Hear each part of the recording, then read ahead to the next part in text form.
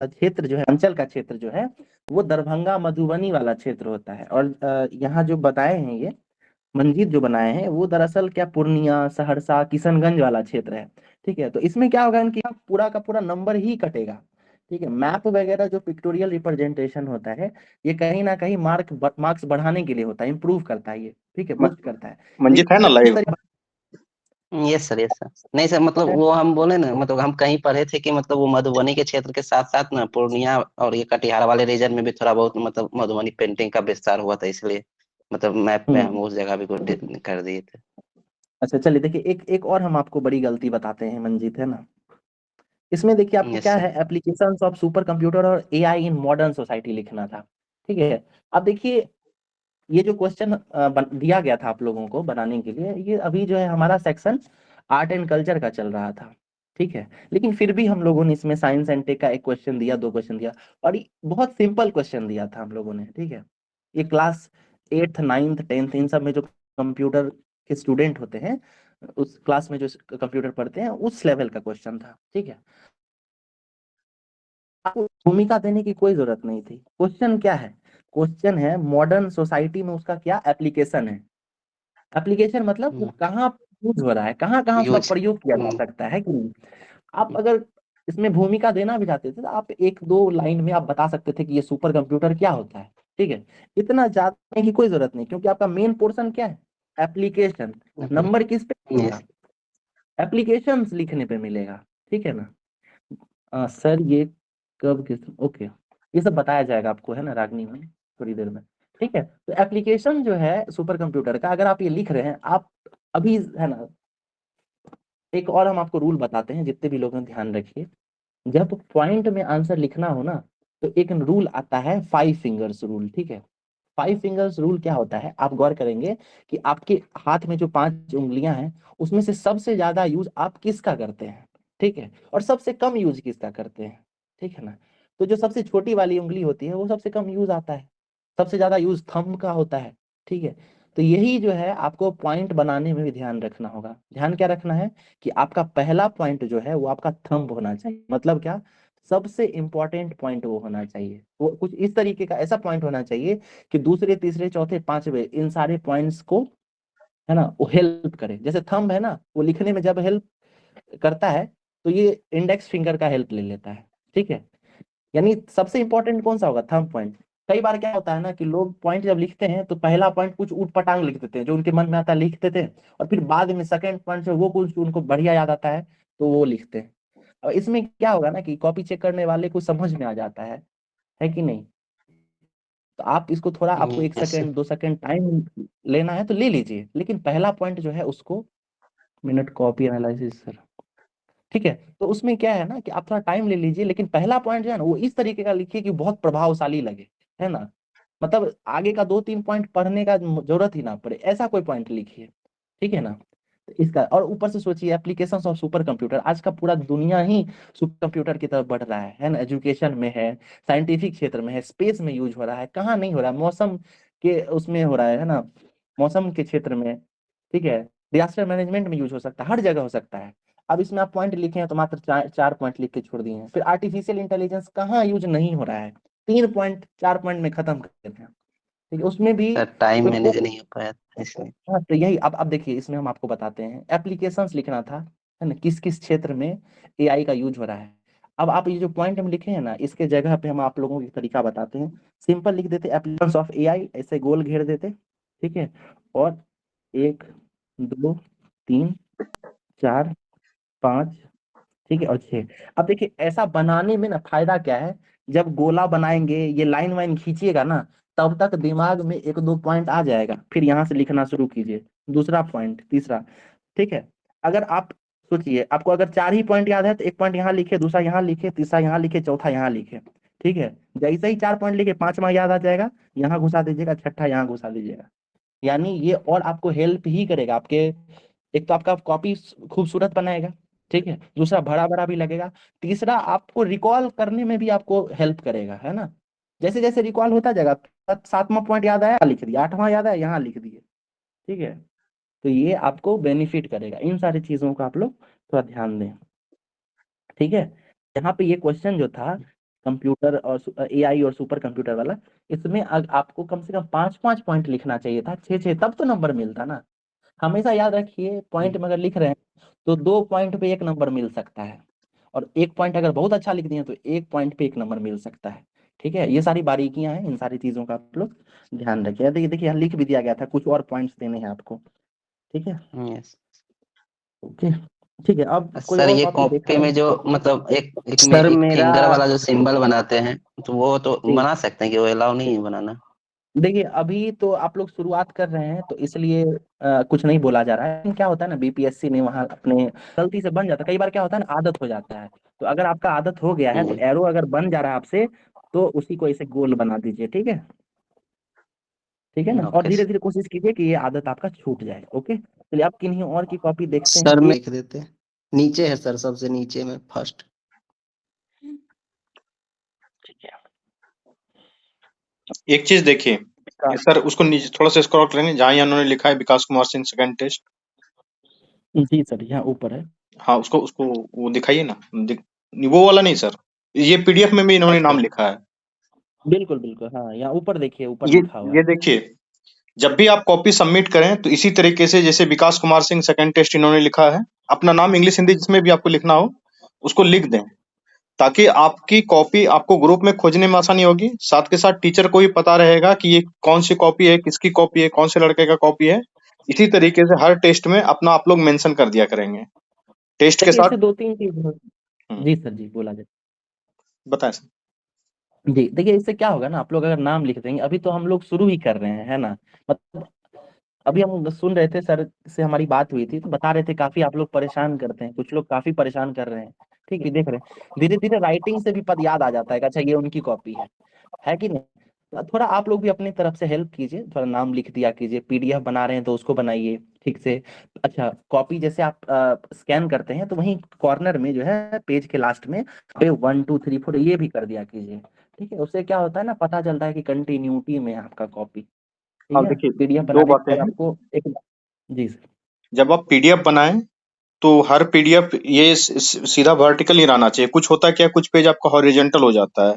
जब आप पीडीएफ बनाते हैं, फोटो खींचते हैं, तो वो ऊपर नीचे हो जाता है। कई बार 1 नंबर पेज के बाद सीधे 4 नंबर पेज आता है। तो जो सर बता रहे हैं, जैसे कि कॉपी पे भी पेज नंबर लिख देना है, कि लिखने ही वक्त 1 2 3 4 5 6 दोनों तरफ, ताकि जब आप फोटो खींचेंगे तो वो कॉपी पे अगर आपका इधर उधर हो भी जाता है थोड़ा, तो चेक करने टाइम उसको लोग एडजस्ट कर लेते हैं, टीचर लोग। लेकिन अगर आप नहीं बनाते हैं तो फिर वो चेक करना मुश्किल होता है। तो आप अपने तरफ से पीडीएफ बनाने वक्त ध्यान रखें, कॉपी पे नाम जरूर लिखें, टेस्ट नंबर जरूर मेंशन करें, पीडीएफ में अपना नाम जरूर आप मेंशन करें, ताकि आपको ग्रुप में खोजने में आसानी होगा कि मेरा कॉपी ये है। वरना एक साथ आप देख रहे हैं कितने सैकड़ों कॉपी जाती है, उसमें आपको खोजने में और एक मुश्किल चीज होगा। और है, जैसे जैसे अगर आप लोग नाम वगैरह डालेंगे ना, तो हम लोगों को फिर एक रैंक निकालने में भी सहूलियत, डाटा हमारे पास भी रहता है। तो हम जो है एक ट्रैक कर पाएंगे कि आपके अंदर सुधार हो रहा है कि नहीं। 3-4 टेस्ट 5 टेस्ट आप दे देंगे, और फिर हम आपका जब एक बार वो रिपोर्ट देखेंगे और हमको अगर लगेगा कि आप में इम्प्रूवमेंट नहीं है, तो फिर हम वो उसको पॉइंट आउट करके आपके कॉपीज को फिर से एनालिसिस करेंगे, कहाँ दिक्कत आ रही है वो देखेंगे। अगर ये सारी चीजें आप नहीं करते हैं अपने तरफ से, तो क्या होगा, वो जनरलाइज हो जाएगा ना, पता ही नहीं चलेगा। ठीक है, मतलब अगर आप हमारे साथ जुड़े हैं तो इसका सिंपल मतलब है कि पर्सनल लेवल पे भी हर एक इंडिविजुअल में अगर कोई कमी है, ठीक है, तो उसको इंडिविजुअल लेवल पे जाके जो है पॉइंट आउट करना है। ठीक है, 1 नंबर आधा नंबर का फाइट होता है। ठीक है, हमारे साथ कार्तिकेयन सर जुड़े हुए थे, वो 1 नंबर से रह गए थे, अगर आप लोग उस दिन जुड़े होंगे तो आप लोग सुने होंगे इस चीज को।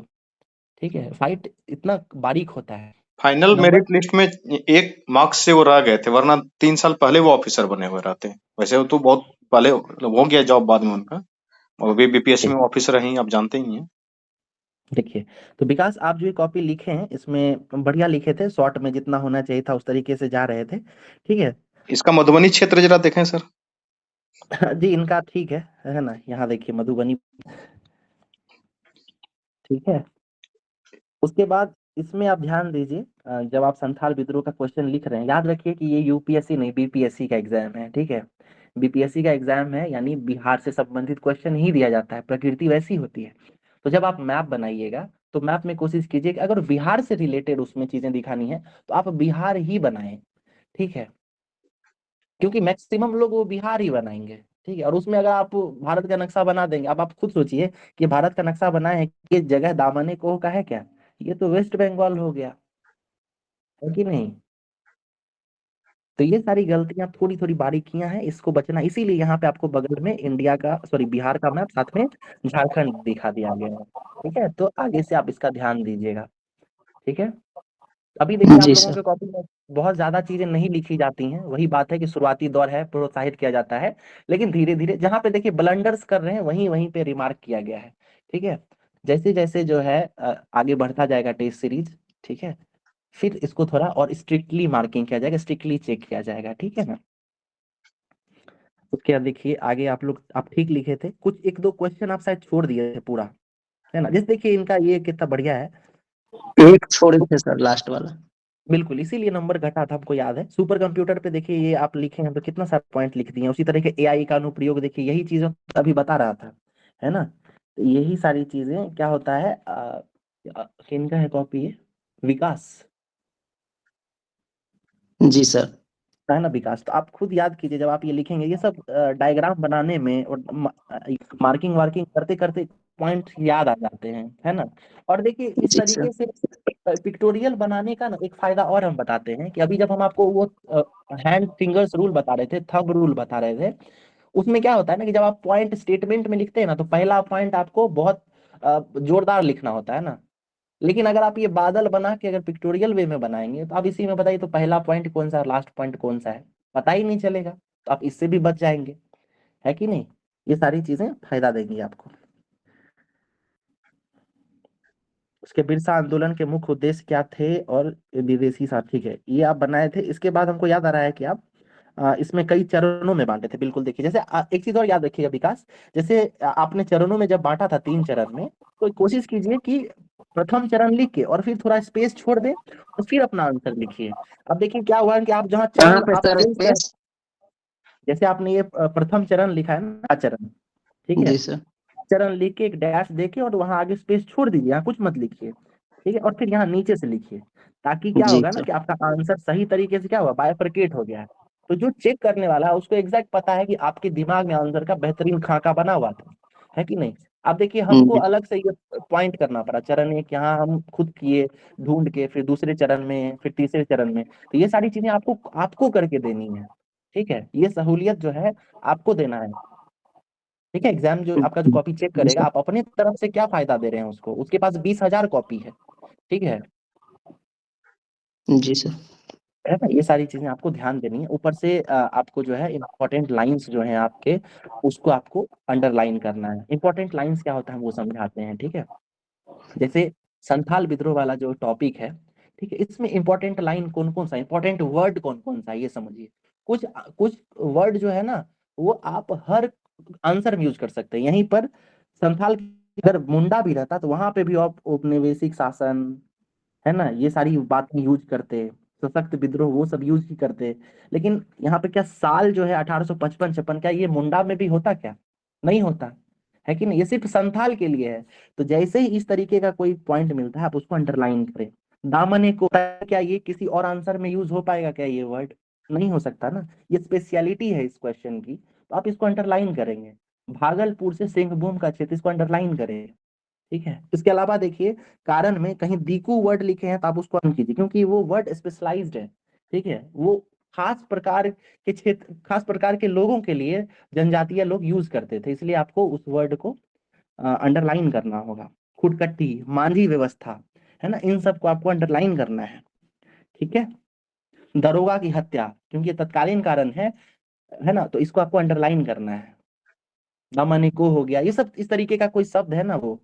ठीक है, दरभंगा, सीतामढ़ी, ये सब वर्ड जो है आप इसको अंडरलाइन करेंगे, क्योंकि ये इंपॉर्टेंट वर्ड है। ठीक है, बाकी सारी चीजें ठीक है आपकी, और आप छोड़ा ना करें, है ना? क्वेश्चन जो जी है सर। उसको छोड़िए नहीं, कम से कम कुछ पॉइंट में ही लिख दीजिए। ठीक है, इतना अच्छा आंसर आप लिखे थे। लास्ट क्वेश्चन अगर आप गांधी जी वाला था, किनका था, मैं याद नहीं कर पा रहा हूँ, जी सर, गांधी जी बोला। है ना? एक नेहरू पे था, ठीक है, और एक क्वेश्चन जो है महात्मा गांधी पे था। ठीक है, नेहरू पर देखिए क्या था क्वेश्चन, सांप्रदायिकता संबंधी उनके विचार और धर्मनिरपेक्षता संबंधी विचार। अब कुछ नहीं समझ में आ रहा है तो 2 भाग में पहले नेहरू जी पे एक भूमिका लिख देंगे, है ना, छोटा सा, उसके बारे में आपको जो याद आ रहा है वो लिख दीजिए, ठीक है। कितना पॉइंट है, वो देश के प्रथम प्रधानमंत्री थे, है ना, ये वर्ड कहीं ना कहीं आपको भूमिका में डालना ही पड़ेगा।